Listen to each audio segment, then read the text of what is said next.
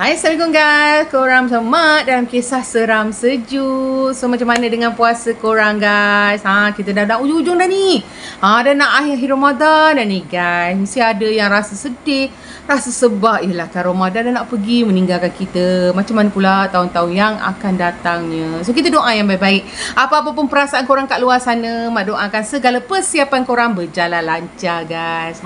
Ni, Mak nak bagi tahu ni. Dah lama kot kan. Mak tak share dengan korang semua 5 kisah pendek dalam satu cerita. Okey, hari ni khas untuk korang semua 5 kisah seram di bulan Ramadan guys. Jom sama-sama kita dengar kisah mereka. Sebelum tu, Ilahana, ya Ilahana,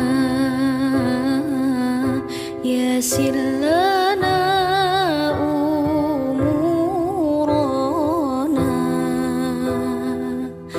Ilahana. guys, selalu kan kita ni suka sangat cakap bulan Ramadan, bulan puasa, mana ada hantu, syaitan semuanya dah kena ikat. Itu jugalah kebiasaan yang Mak dengar daripada kecil sampailah sekarang guys. Tapi korang pernah dengar tak? Ada yang mengatakan yang kena ikat hanyalah syaitan. Jin macam mana pula? Itulah yang menghantui mereka ni guys pada bulan Ramadan. Kisah yang pertama ni datangnya dari seorang yang nak dikenali sebagai Didi. Guys, kisah Didi ni berlaku pada waktu sahur tau. Masa ni Didi ni nak makan sahur dengan ahli keluarga dia lah. So lepas tu Didi ni tiba-tiba perut dia ni memulas. Sudah. So jadi Didi ni dia pergilah memerut.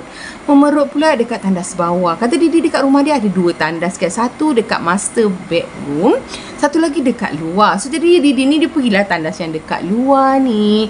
Tengah-tengah dia duduk, tak lama je dia masuk dalam tandas tu. Baru je dia duduk dekat mangkuk tandas ni, tiba-tiba dia dengar ada orang ketuk pintu tandas tu dari luar.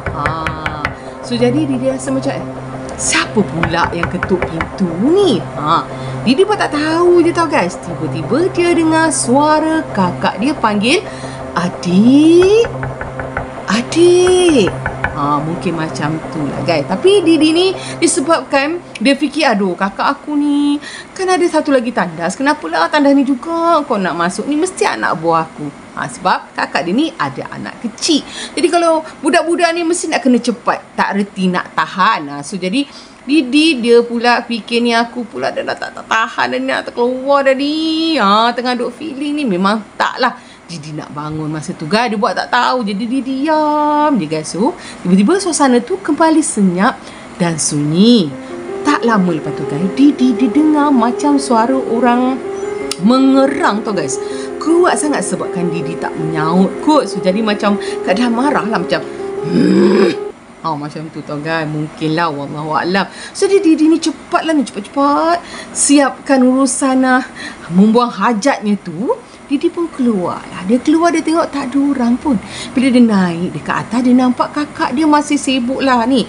Tengah duk main telefon, tak tidur lagi kan. So jadi dia pandang dekat dalam bilik tu, anak buah dia pula tengah lena ni tidur guys. So jadi Didi dia tanyalah kat kakak dia ni, "Kak, tadi kau nak masuk tandas ke?" "Sorry lah kak, aku dah tak tahan dah sangat-sangat." Kakak dia cakap guys, "Tandas apa?" "Tak adalah." "Kenapa?" Jadi terus jadi tak ada tak apalah. Dia jadi macam tu tau guys. Didi malas lah nak tanya lebih-lebih bila dah kakak kau cakap tak ada.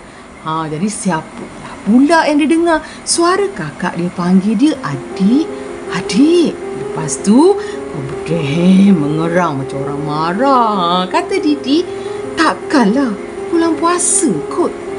Guys, itu kisah Didi. Dan kisah yang kedua ni pula adalah kisah Aida.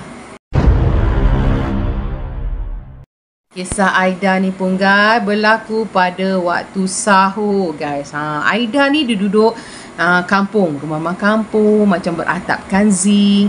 Pada hari pertama tu Aida ni dia nak berpuasa ni, kata Aida masa tu hujan lebat kan.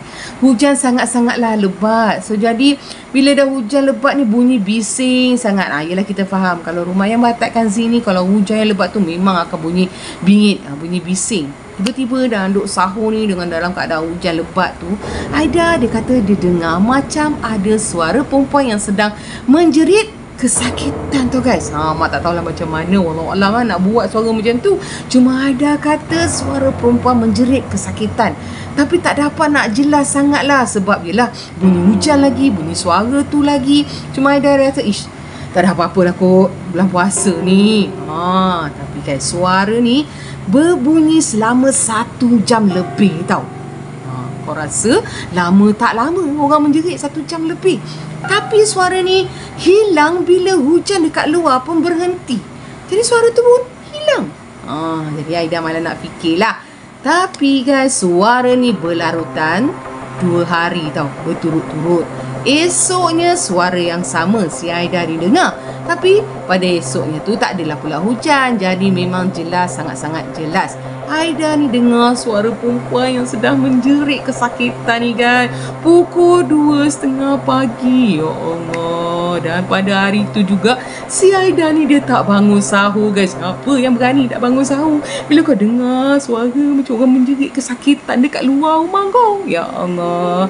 So guys Aida dia tak sangka lah pada bulan Ramadan dan bulan puasa pun dia dapat dengar bunyi-bunyi macam tu.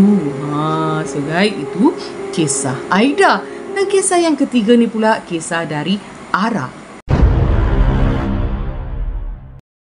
Kata Ara ni guys, masa ni bulan Ramadan dan dia ditinggalkan oleh suami dia sebab suami dia ni memang gila mancing. Suka pergi mancing. So jadi mancing lah ni tak kira waktu, pagi, petang, siang, malam mancing. Kalau dah memang hobinya tu nak buat macam mana kan. So kaki mancing je lah, faham keadaan orang yang suka mancing ni. So tinggallah si Ara dengan 3 orang anak perempuannya dekat rumah pada bulan Ramadan ni guys. Tengah-tengah si Ara dengan anak je ni buka puasa kan dengan makan ni. Lepas tu Ara tak pernah tau dia nak mandi pada waktu maghrib. Lepas berbuka tu dia nak pergi mandi. Itulah yang berlaku pada hari tu guys. So, jadi Ara ni dia pergilah mandi. Kata Ara ni rumah si Ara ni jauh-jauh daripada orang tau. Sebiji rumah dia, jauh sikit tu sebiji lagi. Jauh lagi sebiji lagi. Macam itulah guys. So dalam bilik air Ara ni ada tingkap tau yang boleh tengok. Nak tengoklah orang luar. Ada orang ke tak ada ke kan. So dekat toilet Ara ni ada tingkap. Jadi bila Ara ni tengah mandi pada waktu maghrib tu dan lepas berbuka ni, kata Ara dia dengar suara perempuan yang macam ketawakan dia dalam bilik air tu guys. Jadi kita bayangkanlah macam mana suara orang ketawa ni. Ketawa nampak engkau dalam bilik air. Kau rasa? Jadi si Ara ni dia buka lah tingkap tu, dia tengok tak ada orang. Nak cakap jiran, tak mungkin, mustahil. Jiran jauh-jauh. Cuma Ara dia rasa macam anak aku kot ni, anak akak duk sakat aku ni, ketawa-ketawa ni. Okey tak apa. So Ara ni cepatkanlah, selesaikanlah mandinya ni. Tengah-tengah mandi ni tengok tingkap tu guys. Mama mandi-mandi ni intai lagi tingkap. Yelah kan masih tengyang-ngiang lagi ni. Suara perempuan yang ketawakan si Ara ni dalam bilik air. Jadi Ara ni pun siap-siap keluar. Tengok dekat luar tak ada siapa. Guys, kalau suara anak dia ketawa ataupun sakat dia, mesti anak dia main dekat berdekatan lah ruang toilet tu. Tapi ni tidak. Jadi si Ara ni pun pergilah tengok dekat ruang tamu. Anak dia elok je tengah terbaring.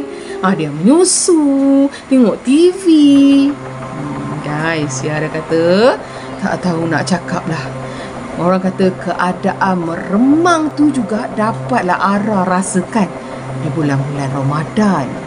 Itu pengalaman si Ara di mana dia dengar suara perempuan ni ketawa time dia mandi waktu maghrib guys, bulan puasa.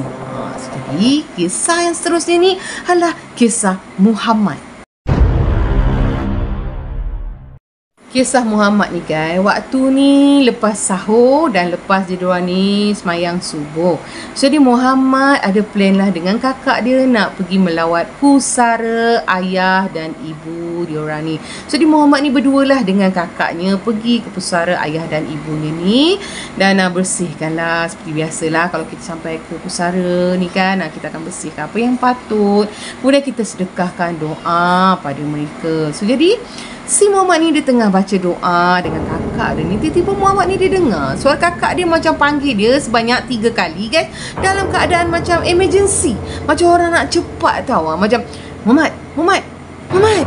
Lebih kurang macam tu guys. Wallahualam, mungkin macam tu lah. Dan suara yang orang kata kelang kabut duk panggil ni kan. Jadi Muhammad ni dia pun berpaling lah. Tengok kakak dia.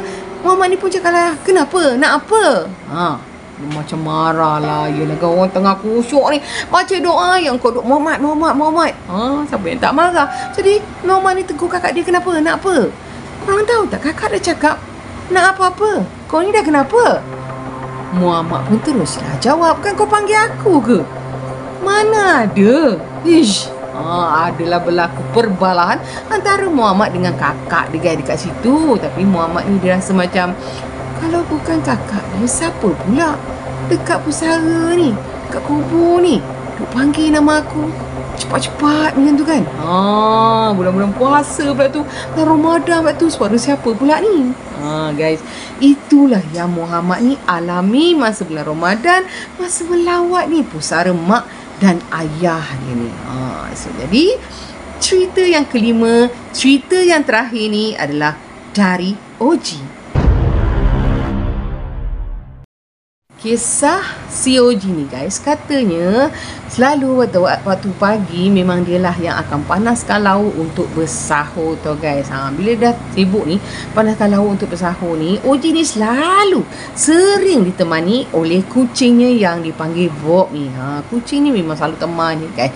Cuma pada hari tu mak dan ayah si Oji ni pun ada sekali. So jadi ramailah dekat dapur ni. Cuma tak pernah terjadi tau guys. Kucing si Oji ni macam ada sesuatu tau yang dia pandang tajam sangat dekat pintu dapur rumah si Oji ni.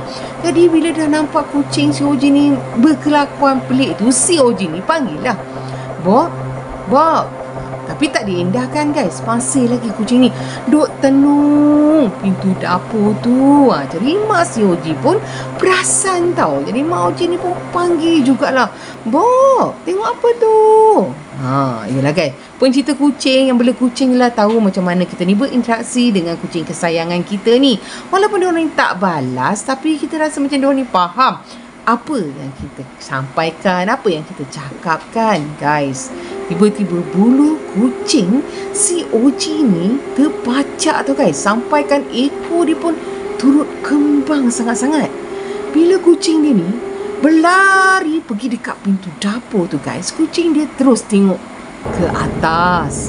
Tak tahulah guys, Oji cakap apa yang kucing itu nampak, wallahualam, cuma tak pernah lah berlaku sampai macam tu sekali.